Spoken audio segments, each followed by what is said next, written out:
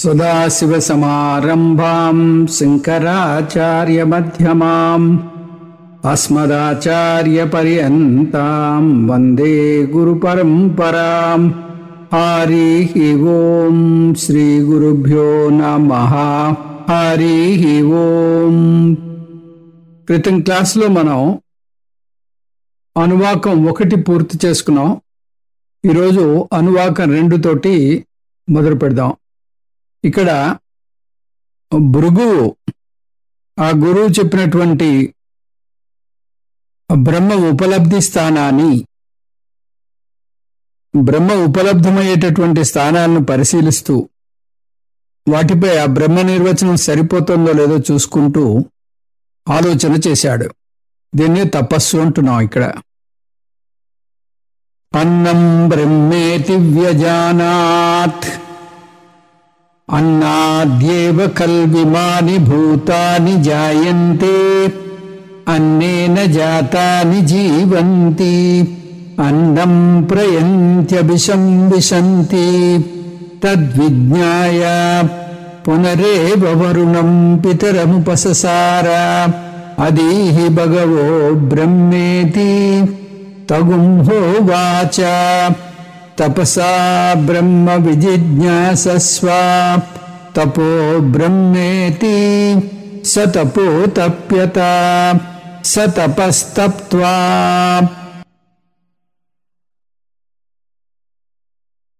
భృగువు ఈ అనువాకంలో అన్నమయ కోశాన్ని తీసుకుని దాని సృష్టి, దాని స్థితి, దాని లయలకు కారణము ఎవరో విచారణ చేస్తున్నాడు. అన్నమయ కోశం అంటే స్థూల శరీరం. స్థూల శరీరం అన్నం నుంచి పుట్టింది. అన్నం అంటే ఆహారం. అన్నం అంటే భూమి మీద ఉన్న స్థూల పదార్థం కూడా. పృథివ్యా ఓషధయః ఓషధీభ్యో అన్నం. పృథివీ నుంచి చెట్లు వచ్చాయి, చెట్ల నుంచి ఆహారం వస్తుంది అని మనం ఇంతకు ముందు చూసాం. అన్నాత్ పురుషః. పురుషః అంటే అన్నమయ కోశం. అందువల్ల అన్నమే శరీరానికి ఉపాదాన కారణము.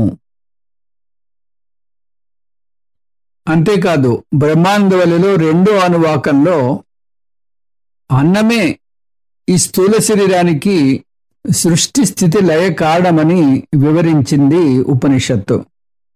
అన్నాద్వై ప్రజాః ప్రజాయంతే యాకాశ్చ పృథివీ గుస్సితాః అథో అన్నేనైవ జీవంతి అథైన దపియంత్యంతతః.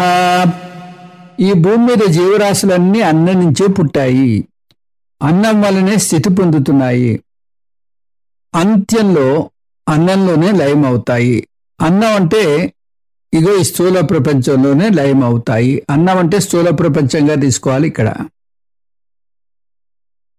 అన్నం ఈ స్థూల శరీరానికి కారణం అంటే ప్రత్యక్షంగా కాదు, పరోక్షంగా. అన్నం తండ్రి శరీరంలోకి వెళ్ళి శుక్రంగాను, తల్లి శరీరంలోకి వెళ్ళి శోణితంగాను మారుతుంది. ఆ శుక్ర శోణితాల కలయిక వల్ల శిశువు రూపుదిద్దుకుంటుంది తల్లి గర్భంలో.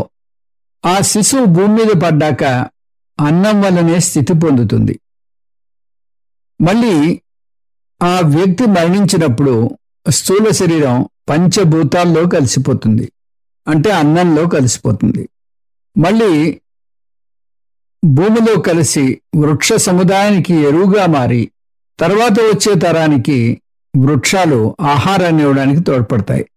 అంటే ప్రతి వ్యక్తి కూడా ఆ తర్వాత వచ్చే తరానికి పరోక్షంగా ఆహారం అవుతున్నాడు. ఆ విధంగా అన్నం జీవరాశులన్నింటికీ, అంటే మనుష్యులకు, జంతువులు, చెట్లు, సృష్టి, ఆ విధంగా అన్నం జీవరాశులన్నిటికీ సృష్టి స్థితి లయ కారణం. కాబట్టి బ్రహ్మ గురించిన నిర్వచనం, తండ్రి ఇచ్చినటువంటి నిర్వచనాన్ని గుర్తుంచుకుని ఈ అన్నానికి అప్లై చేశాడు. ఈ అన్నానికి సరిగా ఉందో లేదో చూశాడు.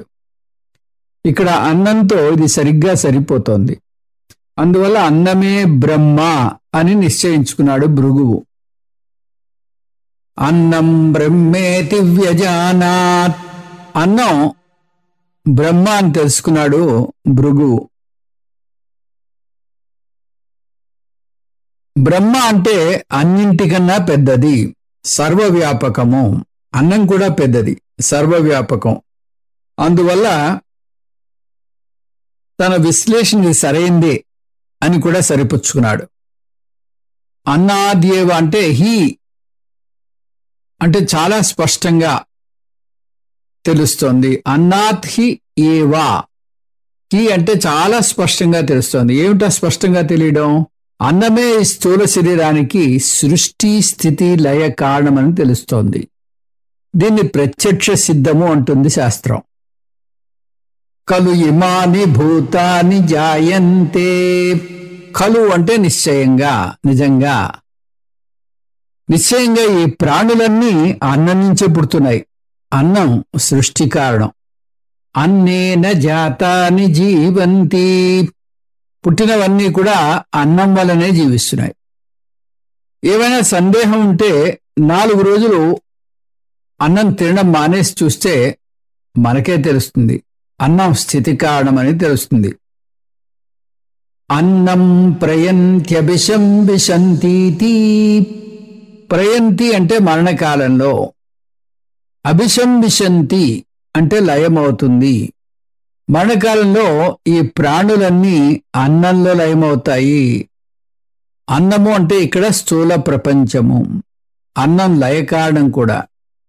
ఈ విధంగా భృగువు అన్నమే బ్రహ్మ అని నిర్ణయించుకున్నాడు. తన విచారణకు మురిసిపోయాడు కూడా. కానీ మళ్ళీ లోతుగా ఆలోచిస్తే తన విచారణలో చిన్న లోపం కనబడుతోంది. అదేమిటో ఇక్కడ ఉపనిషత్తు పేర్కోలేదు, మనం కలుపుకోవచ్చు. అన్నం అన్నమయ కోశానికి సృష్టి స్థితి లయ కారణం, అంతవరకు అది సరైనటువంటి విచారణే. కానీ అది మూల కారణం కాదు, దాన్ని ఆపేక్షిక కారణం అంటారు. ఉదాహరణకు మీ తల్లిదండ్రులు మీ జన్మకు కారణం, కానీ వారు మూల కారణం కాదు. వారు వారి తల్లిదండ్రుల నుంచి పుట్టారు. మూల కారణం అంటే అన్నింటికీ కారణం అదే అవ్వాలి, కానీ దానికి మరొక కారణం ఉండకూడదు. అంటే కారణం లేని కారణం అన్నమాట. అదే ఇంకొక కారణం నుంచి పుట్టింది. దానికి శృతి యుక్తి ప్రమాణాలున్నాయి. శృతి ప్రమాణం చూద్దాం. అన్నం ఓషధుల నుంచి పుట్టింది. పృథివ్యా ఓషధయః ఓషధిభ్యో అన్నం. యుక్తి ప్రమాణం, తర్కం కూడా అది నిరూపిస్తుంది. అన్నమయంగా మారడానికి అన్నం మారుతుంది. ఏదైతే మారుతుందో అది కార్యం అవుతుంది. యత్ సవికారం తత్ కార్యం. అన్నం 6 మార్పులకు లోనవుతుంది. అస్థి జాయతే వర్ధతే విపరిణమతే అపక్షీయతే వినశ్యతి. తత్వబోధలో వస్తుంది. ఈ 6 వికారాల్లో ఒకటి పుట్టుక. అన్నానికి పుట్టుక ఉంది అంటే అది మూల కారణం కాలేదు. న జాయతే మ్రియతే వా కదాచిత్ అంటుంది గీత. బ్రహ్మ లేదా ఆత్మకు పుట్టుక లేదు, మరణము లేదు, కాబట్టి అన్నం బ్రహ్మ కాదు. ఈ తర్కంతో నిరాశపడి భృగువు మళ్ళీ తండ్రి దగ్గరకు వెళ్ళాడు, తండ్రిని మార్గం చూపమని అడగడానికి. తద్విజ్ఞాయ అంటే ఆ విషయాన్ని తెలుసుకుని, ముందు అన్నమే బ్రహ్మ అనుకుని మళ్ళీ లోతుగా విశ్లేషించి అన్నం బ్రహ్మ కాదని తెలుసుకుని నిరాశపడి పునరేవ వరుణం పితరముపససారా, మళ్ళీ తండ్రి అయినటువంటి గురువైనటువంటి వరుణుణ్ణి సమీపించి మళ్ళీ అడిగాడు. అదీహి భగవో బ్రహ్మేతి, ఓ భగవాన్ నాకు బ్రహ్మ గురించి బోధించండి. నాకు బ్రహ్మ ఆపేక్షిక కారణం గురించే తెలిసింది గాని మూల కారణం గురించి తెలియటం లేదు. అన్నట్టుగా చెప్పాడు. తగుంహోవాచ తండ్రి గురువు అయినటువంటి వరుణుడు పుత్రుడు శిష్యుడు అయినటువంటి భృగువుతో ఈ విధంగా అన్నాడు. మళ్ళీ గురువు కొత్త విషయం ఏమీ చెప్పట్లేదు, చెప్పాల్సిందేదో ముందే చెప్పేశాడు. బ్రహ్మ ఉపలబ్ధి ద్వారం, బ్రహ్మ లక్షణం చెప్పేశాడు. అంటే పంచకోశాలకు సృష్టి స్థితి లయ కారణము ఎవరో అది బ్రహ్మ అన్నాడు. ఇది ఒక జిగ్సా పజిల్ లాగా ఉంది. ఆ పజిల్ గొప్పతనం ఏమిటంటే అందులోనే సమస్య ఉంటుంది, అందులోనే పరిష్కారం కూడా ఉంటుంది. పరిష్కారాన్ని వెతుక్కోవడంలో ఉంది తెలివంతా. ఒక ముఖ్యమైన ముక్కను మనం శోధించినట్టయితే అన్ని ముక్కలను కలిపి చిత్రాన్ని పూర్తి చేయొచ్చు. తండ్రి నువ్వు సరైన మార్గంలోనే ప్రయాణిస్తున్నావు అని ఒక సూచన కూడా చేశాడు. ఇంకా అతను అదే మార్గంలో దూసుకు వెళ్ళాలి. ఎవరో అద్భుతంగా చెప్పారు, ఒక సమస్యను పరిష్కరించడానికి అన్ని దారులు మూసుకుపోయాయి అని అనుకుంటే ఒక విషయం గట్టిగా గుర్తుంచుకోవాలి, అన్ని దారులు మూసుకుపోలేదని.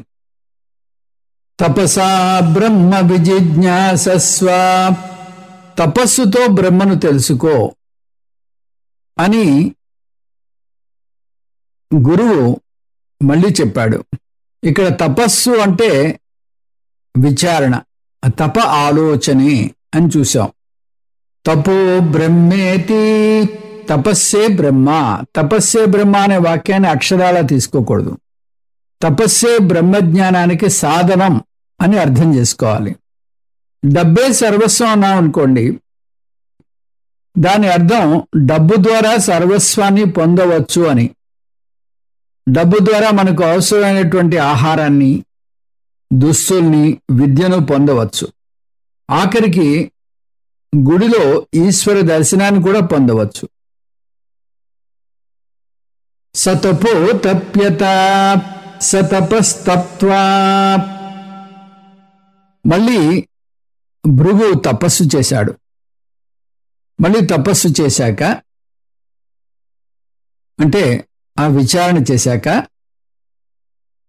ప్రాణో బ్రహ్మేతి వ్యజానాత్, ప్రాణాద్యేవ కల్విమాని భూతాని జాయంతే, ప్రాణేన జాతాని జీవంతి, ప్రాణం ప్రయంత్యభిషం విశంతీతి, తద్విజ్ఞాయ పునరేవ వరుణం పితరముపససార, అదీహి భగవో బ్రహ్మేతి. తగుంహోవాచ తపసా బ్రహ్మ విజిజ్ఞాసస్వ, తపో బ్రహ్మేతి స తపో తప్యత స తపస్తప్త్వా. ప్రాణమే బ్రహ్మ. ఇప్పుడు భృగువు రెండో కోశమైనటువంటి ప్రాణమయ కోశంలో అడుగు పెడుతున్నాడు. ప్రాణమయ కోశం యొక్క సృష్టి స్థితి కారణాలేమిటో అన్వేషించాడు. సమష్టి ప్రాణమే వ్యష్టి ప్రాణమయ కోశాలన్నిటికీ కారణం అని అర్థం చేసుకున్నాడు. ప్రాణం దేవా అనుప్రాణంతి మనుష్యా పశవశ్చయే, ప్రాణో హి భూతానామాయుః తస్మాత్ సర్వాయుషముచ్యతే. దేవతలు, మనుష్యులు, జంతువులు ప్రాణం వల్లనే జీవిస్తున్నాయి. ప్రాణమే జీవజాలానికి ఆయుష్. అందువల్ల ప్రాణాన్ని సర్వాయుషం అంటుంది శాస్త్రం. ఆ విధంగా ప్రాణమే ప్రాణమయ కోశానికి సృష్టి స్థితి లయ కారణం. ప్రాణో బ్రహ్మేతి వ్యజానాత్, ప్రాణమే బ్రహ్మ అని భృగు తెలుసుకున్నాడు. ప్రాణతత్వం అన్నం కన్నా కూడా సూక్ష్మమైనది. దేనికన్నా మూల కారణం వెతుకుతున్నప్పుడు అత్యంత స్థూలమైన దాని నుంచి అత్యంత సూక్ష్మమైనటువంటి దాని వైపుకు సాగాలి మన ప్రయాణం. అన్నమయ కోసం అత్యంత స్థూలమైనది, భౌతికమైనది, కంటికి కనబడేది. ప్రాణమయం దానికన్నా సూక్ష్మమైనది, భౌతికం కానిది, కంటికి కనబడనిది. భృగువు ప్రాణమే బ్రహ్మ అని భావించగానే తనకు జవాబు దొరికిపోయింది అని చాలా మరిసిపోయాడు. ప్రాణాద్యేవ ఖల్విమాని భూతాని జాయంతే. వ్యష్టి ప్రాణమయ కోశాలన్నీ ప్రాణం నుంచే పుడుతున్నాయి.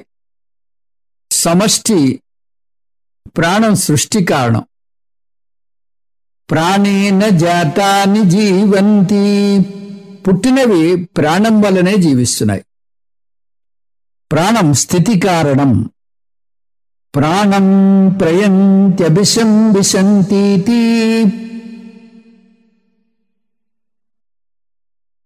మరణకాలంలో ఈ ప్రాణులు ప్రాణంలో లయమవుతాయి. ప్రాణం లయ కారణం కూడా. అందువల్లనే ఒక వ్యక్తి మరణించినప్పుడు అప్పుడు పఠించే అంత్యేష్టి మంత్రాల్లో అతని వ్యష్టి ప్రాణాలు సమష్టి ప్రాణంలో కలవాలని, అలా కలిస్తే అతని ప్రయాణం సుగమం అవుతుందని సాగుతుంది ఆ మంత్రార్థం. ఈ విధంగా భృగువు ప్రాణమే బ్రహ్మ అని నిర్ణయించుకున్నాడు. తన విచారణకు కూడా మురిసిపోయాడు. కానీ లోతుగా ఆలోచిస్తే తన విచారణలో చిన్న లోపం కనబడుతుంది. ప్రాణం కూడా మూల కారణం కాదు, ఆపేక్షి కారణం మాత్రమే. దీనికి శృతి యుక్తి ప్రమాణాలు కూడా ఉన్నాయి. శృతి ప్రమాణం ఏమిటి? ప్రాణం బ్రహ్మ నుంచి పుట్టింది. ఏ తస్మాధ్యాయతే ప్రాణః ముండకోపనిషత్తులో వచ్చింది. బ్రహ్మ నుంచే ప్రాణం పుట్టింది అంటోంది ముండకం. యుక్తి ప్రమాణం తర్కం ప్రకారం ఏదైతే మారుతుందో అది కార్యం అవుతుంది. యత్ సవికారం తత్ కార్యం. ప్రాణః కార్యం సవికారత్వాత్ అన్నవత్. ప్రాణం కూడా సవికారం కాబట్టి అన్నంలాగా అది కూడా కార్యమే. అందువల్ల అది మూల కారణం కాదు అని భృగువు నిర్ణయించుకున్నాడు. నిరాశ చెందిన భృగువు మళ్ళీ తండ్రి దగ్గరకు వెళ్ళాడు. తద్విజ్ఞాయ పునరేవ వరుణం పితరముపససార. ఆ విషయాన్ని తెలుసుకుని మళ్ళీ తండ్రిని సమీపించి మళ్ళీ అడిగాడు. అదీహి భగవో బ్రహ్మేతి. ఓ భగవన్, నాకు బ్రహ్మ గురించి బోధించు. తగుంహో వాచ. తండ్రి ఆ విధంగా అన్నాడు. తపసా బ్రహ్మ విజిజ్ఞాసస్వ. తపస్సుతో బ్రహ్మను తెలుసుకో. తపో బ్రహ్మేతి. తపస్సే బ్రహ్మ అని చెప్పాడు. స తపో తప్యత. స తపస్తప్త్వా. భృగువు మళ్ళీ తపస్సు చేశాడు. మళ్ళీ తపస్సు చేశాక ఈ విధంగా నిర్ణయించుకున్నాడు. అనువాకం 4. మనో బ్రహ్మేతి వ్యజానాత్. మనసో హ్యేవ ఖల్విమాని భూతాని జాయంతే. మనసా జాతాని జీవంతి. మనః ప్రయంత్యభిశంభిశంతీతి. తద్విజ్ఞాయ పునరేవ వరుణం పితరముపససార. అదీహి భగవో బ్రహ్మేతి. తగుంహో వాచ. తపసా బ్రహ్మ విజిజ్ఞాసస్వ. తపో బ్రహ్మేతి. స తపో తప్యత. స తపస్తప్త్వా. మనసే బ్రహ్మ. ఇప్పుడు భృగువు 3వ కోశమైనటువంటి మనోమయ కోశంలోకి అడుగు పెడుతున్నాడు. మనోమయ కోశం యొక్క సృష్టి స్థితి లయ కారణాలేమిటో అన్వేషించసాగాడు. సమష్టి మనసే వ్యష్టి మనోమయ కోశానికి కారణం అని అర్థం చేసుకున్నాడు. 2వ అధ్యాయంలో మయ వచ్చి కలిస్తే అది కార్యము. మయట్ వికారార్థే. మయ లేకపోతే కారణమని, మయ ఉంటే కార్యమని తెలుసుకున్నాం. ఈ విధంగా మనోమయం వ్యష్టి కార్యమైంది. మనః సమష్టి కారణమైంది. మళ్ళీ ప్రాణానికి చేసిన మాటలన్నీ ఇక్కడ వస్తాయి. మనసే బ్రహ్మ అని భృగువు తెలుసుకున్నాడు. మనస్సు సృష్టి స్థితి లయ కారణం కూడా అని తెలుసుకున్నాడు. తన విచారణకు మురిసిపోయాడు కూడా. శాస్త్రం ప్రకారం మనస్సు సూక్ష్మమైనటువంటి ద్రవ్యాంశం. మనసు ఆలోచనల ప్రవాహంగా కొంతమంది నిర్వచిస్తారు. కానీ శాస్త్రం ఆ నిర్వచనాన్ని అంగీకరించదు. దృశ్య వివేకంలో మనస్సుకు 2 అంశాలున్నాయని చూస్తాం. అవి ద్రవ్యాంశము, వృత్యాంశము. మనస్సును కొలంతో పోల్చవచ్చు. ప్రశాంతంగా ఉన్న కొలను అడుగు భాగం ద్రవ్యాంశం. ప్రశాంతంగా ఉన్న కొలను అడుగు భాగం ద్రవ్యాంశము. పైన లేచే అలలు వృత్యాంశము అని చెప్పవచ్చు. పైన అలలు లేచినా లేవకపోయినా కొలను మాత్రం అలాగే ఉంటుంది. ఇదే సూత్రాన్ని మనసుకు అన్వయించవచ్చు. వృత్యాంశం నుంచి అనేక వృత్తులు, అనేక ఆలోచనలు లేస్తాయి. ఆ వృత్తులు సుషుప్తిలో ఉండవు. ఒకవేళ కొంతమంది నిర్వచించినట్టుగా మనస్సు ఆలోచనల ప్రవాహమే అయితే, ఆలోచనలకు ముగింపు వస్తే మనసుకు కూడా ముగింపు రావాలి. అలా జరగటం లేదు. సుషుప్తిలో ఆలోచనలు ఆగిపోతాయి, కానీ మనస్సు యొక్క ద్రవ్యాంశం కొనసాగుతుంది. అలాగే ఆ ద్రవ్యాంశం కొనసాగకపోతే మనం గాఢ నిద్ర నుంచి లేవలేం. కానీ నిద్ర లేవగానే మన మనస్సు కూడా లేస్తోంది. అంటే మనస్సు ఆలోచనల ప్రవాహం కాదు అని చెప్పకనే చెప్తోంది. ఆలోచన మనస్సు యొక్క ఒక పని. ఆలోచనలు పనిచేసినా, ఆలోచనలు కలిగినా కలగకపోయినా సూక్ష్మమైనటువంటి మనసు అలాగే కొనసాగుతుంది. సమష్టి మనసును బ్రహ్మ అంటున్నాడు భృగువు. కానీ మళ్ళీ లోతుగా ఆలోచిస్తే ఈ విచారణలో కూడా కొంచెం లోపం కనిపిస్తోంది. మనస్సు కూడా మూల కారణం కాదు అని తెలుస్తోంది. ఆపేక్షిక కారణమే అని అర్థం చేసుకున్నాడు భృగువు. దీనికి కూడా శృతి యుక్తి ప్రమాణాలు కనిపిస్తున్నాయి. శృతి ప్రమాణం మనస్సు కూడా బ్రహ్మ నుంచి పుట్టింది. ఏ తస్మాత్ జాయతే ప్రాణః మనః సర్వేంద్రియాణి చ ముండకోపనిషత్.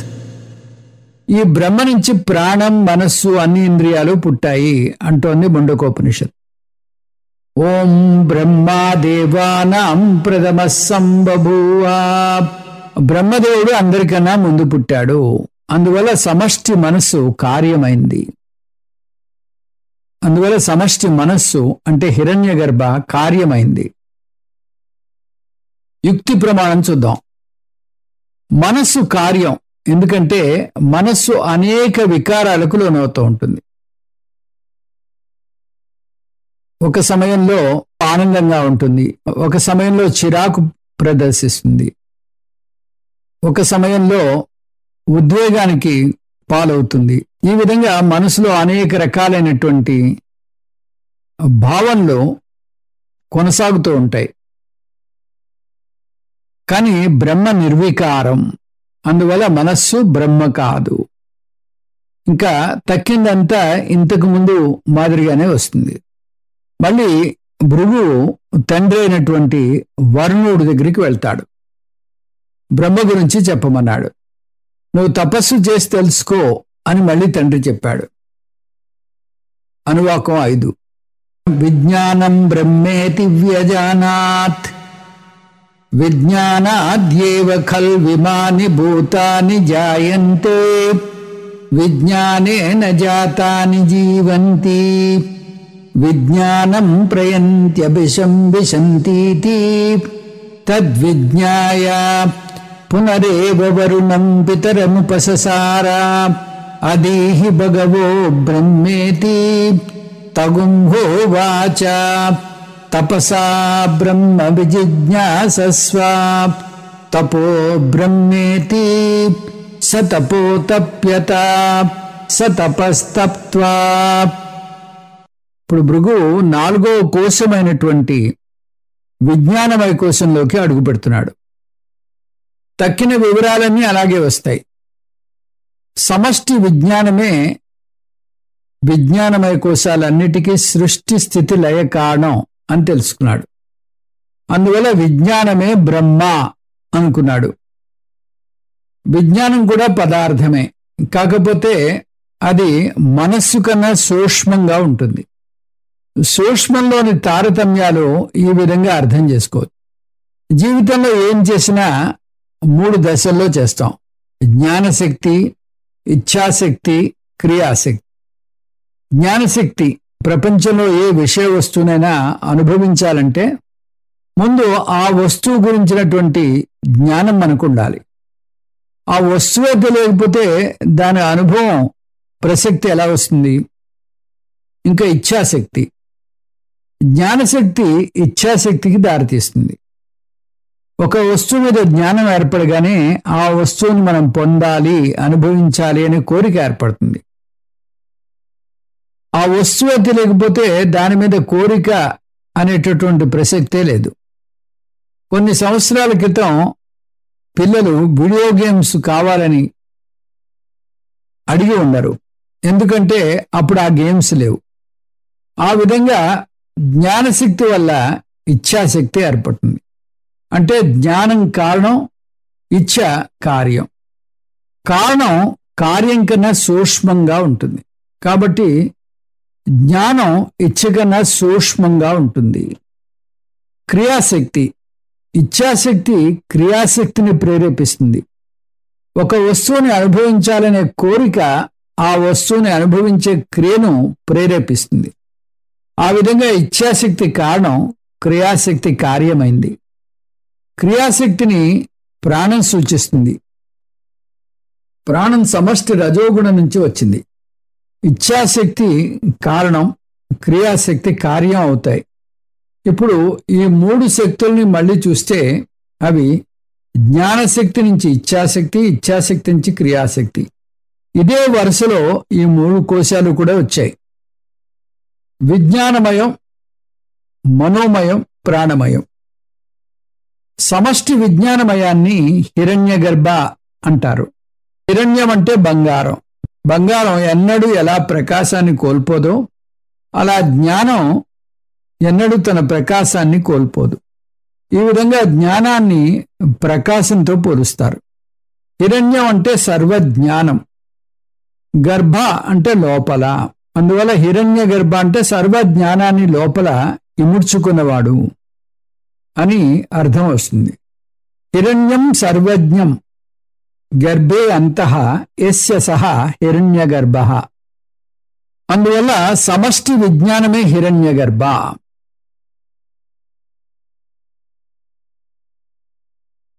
అందువల్ల విజ్ఞానమే బ్రహ్మ అనుకున్నాడు భృగువు. కానీ తర్వాత కథంతా షరామామూలే. విజ్ఞానం కూడా కార్యమే, కారణం కాదు అని తెలుసుకున్నాడు. కఠోపనిషత్తు సమష్టి విజ్ఞానాన్ని మహతః అంటుంది. మహతో మహతో వ్యక్తముత్తమం. మహత్తు కన్నా సమష్టి కారణ శరీరం ఇంకా శ్రేష్టము, సూక్ష్మము అంటుంది కఠోపనిషత్తు. అంటే ఇది కూడా కారణం, ఇది కూడా కారణం, కార్యం మూల కారణం కాలేదు. మళ్ళీ శృతి యుక్తి ప్రమాణాల ద్వారా విజ్ఞానం బ్రహ్మ కాదని తెలుసుకున్నాడు. మహత్తు కన్నా సమష్టి కారణ శరీరం ఇంకా శ్రేష్టం, అంటే ఇంకా సూక్ష్మం ఉంటుంది. అంటే ఇది కూడా కారణం, కార్యం మూల కారణం కాలేదు. మళ్ళీ శృతి యుక్తి ప్రమాణాల ద్వారా విజ్ఞానం బ్రహ్మ కాదని తెలుసుకున్నాడు. మళ్ళీ తండ్రి దగ్గరకు వెళ్ళాడు భృగువు. తండ్రి మళ్ళీ అదే విధంగా తపస్సు చేయమన్నాడు. ఇప్పటిదాకా 4 కోశాలని విజయవంతంగా దాటాడు భృగువు. ఇప్పుడు 5వ కోశమైనటువంటి ఆనందమయ కోశంలోకి ప్రవేశించాలి. అనువాకం 6. ఆనందో బ్రహ్మేతి వ్యజానాత్ ఆనందాద్యేవ ఖల్విమాని భూతాని జాయంతే ఆనందేన జాతాని జీవంతి ఆనందం ప్రయంత్యభిశంభిశంతీతి శైషా భార్గవీ వారుణీ విద్యా పరమే వ్యోమన్ ప్రతిష్ఠిత స ఏవం వేద ప్రతిష్టతి అన్నవానన్నాదో భవతి మహాన్ భవతి ప్రజయా పశుభిర్బ్రహ్మవర్చసేన మహాన్ కీర్త్యా. అన్నమే బ్రహ్మ, ఆనందమే బ్రహ్మ. ఇక్కడ భృగువు 5వ కోశమైనటువంటి ఆనందమయ కోశంలోకి అడుగు పెట్టలేదు, దాన్ని దాటి ముందుకు వచ్చేశాడు. ఆనందమే బ్రహ్మ అంటున్నాడు. ఆనందో బ్రహ్మేతి వ్యజానాత్. ఇక్కడ భృగువు ఆనందం అంటే ఆనందమయ కోశం కాదు. ఆనందమయ కోశాన్ని మిగతా వాటిని విశ్లేషించినట్టుగా విశ్లేషించలేదు. తస్య ప్రియమేవ శిరః మోదో దక్షిణ పక్షః ప్రమోద ఉత్తరః పక్షః ఆనంద ఆత్మా బ్రహ్మపుచ్చం ప్రతిష్ఠ. బ్రహ్మానందవల్లిలో వచ్చింది ఈ మంత్రం. బ్రహ్మానందవల్లిలో ఆనంద ఆత్మ అని వచ్చింది. ఇక్కడ ఈ అనువాకంలో ఆనందో బ్రహ్మేతి వ్యజానాత్ అని వచ్చింది. ఆనందం అంటే ఆత్మ. ఆనందం అంటే ఆనందమయం కోసంలో వచ్చేటటువంటి ఆనందం కాదు. ఆనందం అంటే మన స్వరూపము, అది ఆనందము. ఆనందమే మన స్వరూపము. ఆనందమే బ్రహ్మ అని, ఆనందమే ఆత్మ, ఆనందమే బ్రహ్మ అని ఈ 2 వాక్యాల్ని మనం పరిశీలిస్తే ఆత్మే బ్రహ్మ అంటే మనకి మహావాక్యం ఏర్పడింది. అంటే ఆనందం, ఆత్మ, బ్రహ్మ 3 పర్యాయ పదాలు. ఆత్మ లేదా బ్రహ్మ జగత్కారణం అని చూశాం. ఇక్కడ ఆనందం అంటే అనుభవంలోకి వచ్చేటటువంటి ఆనందం కాదు. ఆనందం అంటే జగత్కారణమైనటువంటి బ్రహ్మ. ఈ విధంగా తండ్రి ఇచ్చినటువంటి సమస్య పూర్తించాడు భృగువు. భృగువుకు సమాధానం దొరికింది. తండ్రి ఏమన్నాడు? యతో వా ఇమాని భూతాని జాయంతే ఏన జాతాని జీవంతి యత్ప్రయంత్యభిశంభిశంతి తద్విజిజ్ఞాసస్వ తద్బ్రహ్మేతి. ఒక తెలియని ఎక్స్ను ఇచ్చాడు తండ్రి. మ్యాథమెటిక్స్లో తెలియని వస్తువుని ఎక్స్గా ఊహించుకోండి అంటారు. ఆ విధంగా ఒక ఎక్స్ని తండ్రి కొడుకైనటువంటి భృగువుకి ఇచ్చాడు. దేని నుంచైతే ఆ జీవరాశులన్నీ పుడుతున్నాయో, పుట్టాక దేని చేత జీవిస్తున్నాయో, దేనిలో లయమవుతున్నాయో అదే బ్రహ్మ అని తెలుసుకో అని కూడా చెప్పాడు. భృగువు ఆ ఎక్స్ని తీసి ఆనంద పదం వేశాడు. అవే మాటలు చూశాడు.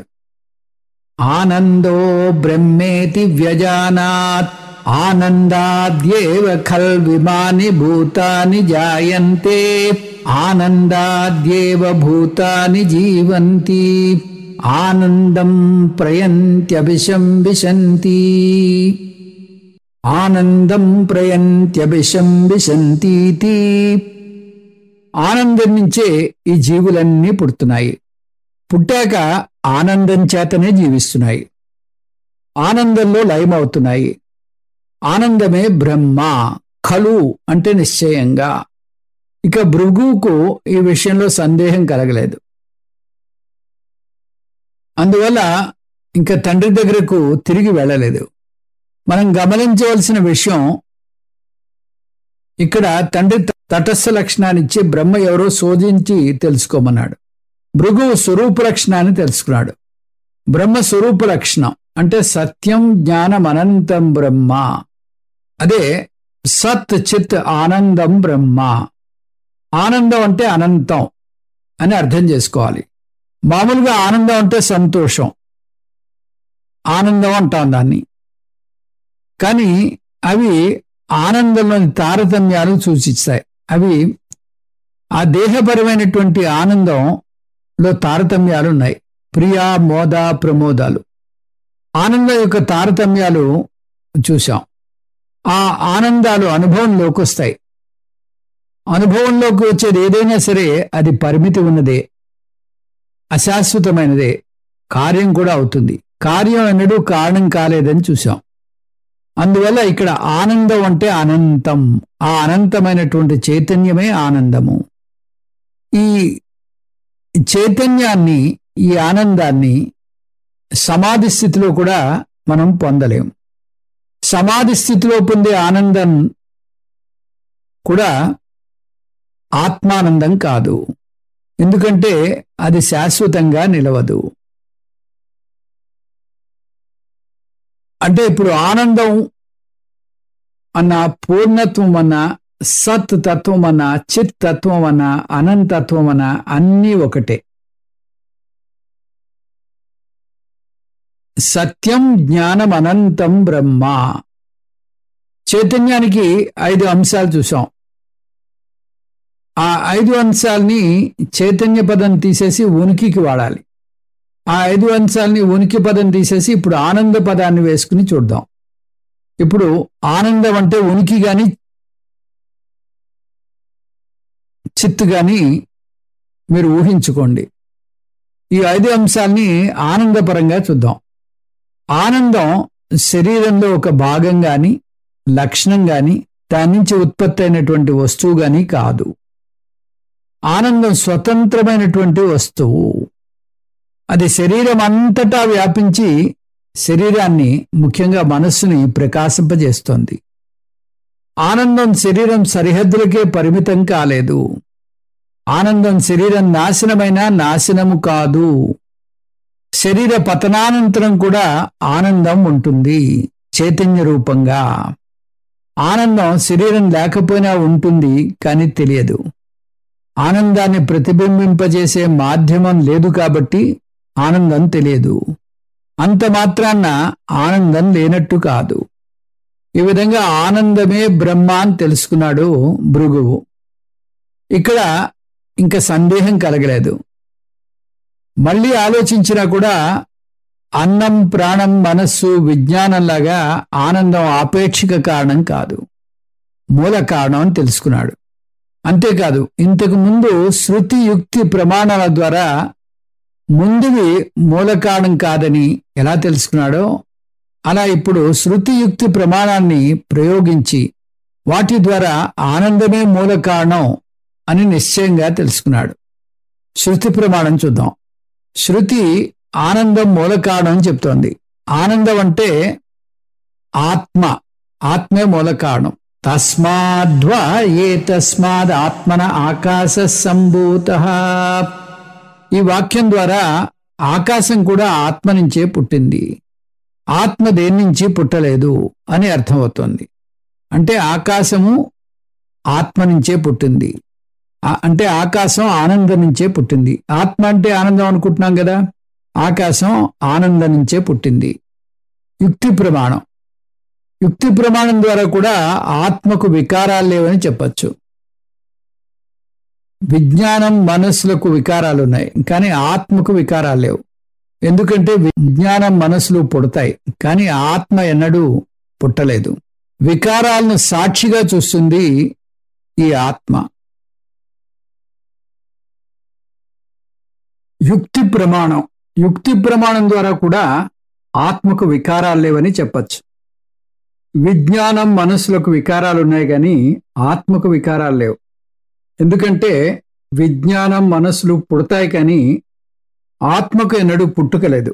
వికారాలను సాక్షిగా చూస్తుంది ఈ ఆత్మ. ఆత్మ వికారరహితం. న జాయతే మ్రియతే వా కదాచిత్ నాయం భూత్వా భవితావా న భూయః. ఆత్మకు చావు పుట్టుకలు లేవు. అందువల్లే ఆత్మ మూల కారణం. బ్రహ్మ, ఆత్మ ఒకటే అని చూశాం. ఆత్మ అంటే నేను. అందువల్ల ఆనందో బ్రహ్మేతి వ్యజానాత్ అంటే అహం బ్రహ్మ అస్మి వ్యజానాత్ అని అర్థం. భృగు శోధన ముగిసింది. శిష్యునికి అర్థమైతే గురువు యొక్క పని పూర్తయినట్టే. ఆ విధంగా గురు శిష్యుల సంభాషణ ఇక్కడితో ముగిసింది. అందువల్ల ఉపనిషత్తు అందుకుని ఈ సంవాదాన్ని ముగిస్తోంది. సైషా భార్గవీ వారుణీ విద్యా పరమే వ్యోమన్ ప్రతిష్ఠిత సయ ఏవం వేద ప్రతిష్ఠతి. సైషా భార్గవీ వారుణీ విద్యా. ఆత్మ అంటే నేను, ఆత్మ అంటే బ్రహ్మ, అంటే బ్రహ్మ జగత్ కారణం అయితే నేను జగత్ కారణం అవుతాను. ఆత్మ అంటే నేను, ఆత్మ అంటే బ్రహ్మ, అంటే నేను బ్రహ్మను, బ్రహ్మ జగత్ కారణం అయితే నేను జగత్ కారణాన్ని. మయేవ సకలం జాతం మయి సర్వం ప్రతిష్ఠితం మయి సర్వం లయం యాతి తద్బ్రహ్మాద్వయమస్మ్యహం. నా నుంచే అన్నీ పుట్టాయి, నేనే స్థితి కారణం, నాలోనే అన్నీ లయమవుతాయి, నేనే ఆ అద్వయం బ్రహ్మను. కాకపోతే నేను సృష్టి కారణం అన్నప్పుడు ఆ నేను ఎవరో మర్చిపోకూడదు. నేను పంచకోశాలకి చెందినవాణ్ణి కాను, నేను పంచకోశాలకు అతీతుడను, సాక్షి చైతన్య తత్వాన్ని. పంచకోశ విలక్షణ సాక్షి చైతన్యం అహమస్మి. ఈ జ్ఞానాన్ని అంతకుముందు బ్రహ్మ విద్య అంటే ఇక్కడ 2 కొత్త పేర్లతోటి ఉపనిషత్తు ఉటంకిస్తోంది. భార్గవీ విద్య, భృగు పొందినటువంటి విద్య కాబట్టి భార్గవీ విద్య అంటోంది ఉపనిషత్తు. భృగుణా ప్రాప్త ఇది భార్గవి. వారుణీ విద్య అని కూడా అంది. వారుణీ విద్య అంటే వరుణుడు అనేటటువంటి గురువు బోధించిన విద్య కాబట్టి వరుణేన ప్రోక్త వారుణి పరమే వ్యోమన్ ప్రతిష్ఠిత.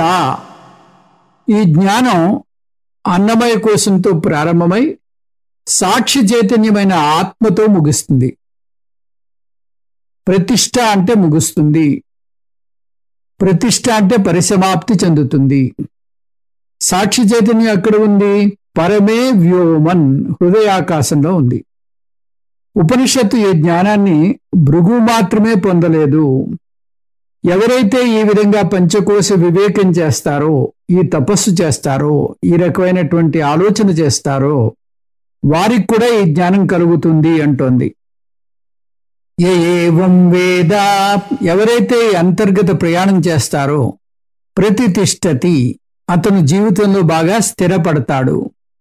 మనం లౌకిక విజయాల ద్వారా జీవితంలో స్థిరపడాలని పరుగులు తీస్తూ ఉంటాం.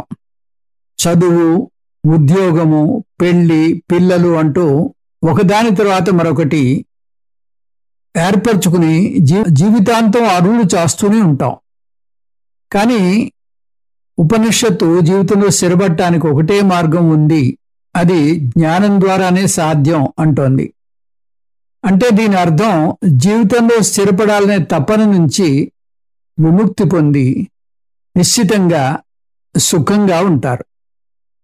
అసలు ఆధ్యాత్మిక జీవనం గడిపితే ఆధ్యాత్మిక విజయం మాత్రమే కాదు, లౌకిక విజయాలు కూడా కలుగుతాయి. కానీ చాలామందికి ఈ విషయం తెలియదు. అందువల్ల ఉపనిషత్తు లౌకిక విజయాలు కూడా వస్తాయి సుమా అని ఊరిస్తోంది. అది భగవద్గీతను వ్యక్తిత్వ వికాసానికి వాడినట్టుంటుంది. కృష్ణ పరమాత్మ బోధించిన ఉద్దేశం వేరు, దాన్ని ప్రస్తుతం వాడుతున్నటువంటి ఉద్దేశం వేరు. అష్టాంగ యోగం విషయంలో కూడా అంతే. దాన్ని చెప్పిన కారణం వేరు, దాన్ని ప్రస్తుతం వాడుతున్న కారణం వేరు. బీపీ తగ్గించుకోవడానికి అద్భుత సాధన అంటారు కొందరు. అన్నవాన్ అన్నాదో భవతి మహాన్ భవతి ప్రజయా పశుభిర్బ్రహ్మవర్చసేన మహాన్ కీర్త్య అన్నవాన్ అన్నాదో భవతి. మనిషికి కావలసిన ప్రాథమిక ఫలం కలుగుతుంది అంటుంది ఉపనిషత్తు. అతను అధికమైన అన్నాన్ని పొందుతాడు. సమృద్ధిగా అన్నం ఉండి దానికి జతగా ఆరోగ్యం లేకపోతే లాభం ఏమిటి? అందువల్ల ఈ జ్ఞానం సమృద్ధిగా దొరికిన ఆహారాన్ని తృప్తిగా అనుభవించే శారీరక మానసిక ఆరోగ్యం కూడా ఈ సాధకునికి ఉంటుంది అంటోంది ఉపనిషత్తు. మహాన్ భవతి, అనేక రకాలుగా మహాత్ముడవుతాడు. ప్రజయ, మంచి పిల్లలు పుడతారు. సన్యాసి విషయంలో తీసుకుంటే మంచి శిష్యులు ఉంటారు. శిష్యులు కూడా పిల్లలతో సమానం. ఎందుకంటే త్వమేవ మాతా చ పితా త్వమేవ, నువ్వే తల్లివి నువ్వే తండ్రి అని కీర్తిస్తారు గురువుని. పశుభిహి, శిష్యులు ఎక్కువగా ఉంటే గురుకులం ఏర్పాటు చేయాలి. గురుకులం ఏర్పాటు చేస్తే దాన్ని నిర్వహించడానికి తగిన నిధులు కావాలి. పశువులు అంటే మామూలుగా ఆవులు. ఆ రోజుల్లో వాటిని సంపదగా చూసేవారు. అందుకని పశు సంపద ఎక్కువ ఉంటుంది. బ్రహ్మవర్చసేన, బ్రహ్మవర్చస్సు పొందుతారు. జ్ఞానం వల్ల అతని మొహం దేదీప్యమానంగా కాంతితో ప్రకాశిస్తూ ఉంటుంది. అంతేకాదు తను పూర్ణత్వాన్ని కనుగొంటాడు కాబట్టి ఆనంద స్వరూపంగా ఎప్పుడూ నిశ్చింతగా ఉంటాడు. అందువల్ల అతని మొహం ఆకర్షణీయంగా ఉండి తేజస్సు ఉట్టిపడుతూ ఉంటుంది. మహాన్ కీర్త్య, గొప్ప కీర్తిమంతుడు అవుతాడు. గొప్ప గురువులు వెతుక్కుంటూ శిష్యులు దేశ దేశాల నుంచి నలుమూలల నుంచి వస్తారు. ఈ గురువు కూడా అతని కీర్తి ప్రతిష్టలు నలుదిశలా వ్యాపించి అతనికి శిష్యులు వెతుక్కుంటూ వస్తారు. ఇంతవరకు లౌకిక ఫలం, ప్రతితిష్టతి అని ముందు చూసిన ఫలం ఆధ్యాత్మిక ఫలం. అతను బ్రహ్మలో నెలకొని ఉంటాడు అని అర్థం. ఇక్కడితో పంచకోశ వివేక ప్రక్రియ ముగిసింది. దాని సారాంశం వచ్చే క్లాసులో చూద్దాం. ఓం తత్సత్. సర్వం శ్రీకృష్ణార్పణమస్తు. ఓం పూర్ణమదః పూర్ణమిదం పూర్ణాత్ పూర్ణముదచ్యతే పూర్ణస్య పూర్ణమాదాయ పూర్ణమేవావశిష్యతే. ఓం శాంతి శాంతి శాంతి. హరి ఓం. శ్రీ గురుభ్యో నమః. హరి ఓం.